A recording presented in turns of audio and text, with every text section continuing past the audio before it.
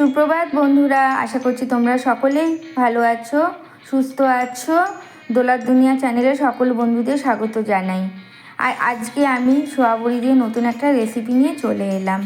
সোয়াবড়ি জল ঝরিয়ে রেখেছি ভাপিয়ে, আর এদিকে আলু কুমড়ো ডুমো ডুমো করে কেটে নিয়ে তেলের মধ্যে পাঁচফোড়ন, জিরে, তেজপাতা সম্বার দিয়ে সেগুলো ছেড়ে দিলাম। আর স্বাদ মতন লবণ, পরিমাণ মতন হলুদ আর সামান্য স্বাদের জন্য মিষ্টিও দিয়েছিলাম, সেটা তোমাদের দেখানো হয়নি। এবার ভালো করে নেড়ে চেড়ে সোয়াবড়িটাও দিয়ে দিলাম। সোয়াবড়িটা দিয়েও একটু নাড়াচাড়া করে নিলাম। আর একটু আগের থেকে জিরে ভেজে নিয়ে হালকা করে ভেজে নিয়েছিলাম, তার সঙ্গে আদা কাঁচা লঙ্কা দিয়ে বেটে সেই মশলাটাও দিয়ে একটু জল দিয়ে কষিয়ে নিলাম। তো কষানোর পর জল দিয়ে দিয়েছিলাম বন্ধুরা।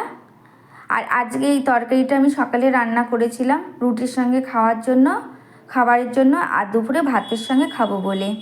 এই তরকারিটা না রুটি, ভাত, লুচি সব কিছুর সঙ্গেই জমে যায়। তো বন্ধুরা, রান্নাটা আমার হয়ে গেছে। তো বন্ধুরা, ভিডিওটা কেমন লাগলো লাইক, কমেন্ট ও সাবস্ক্রাইব করে পাশে থাকার অনুরোধ রইল।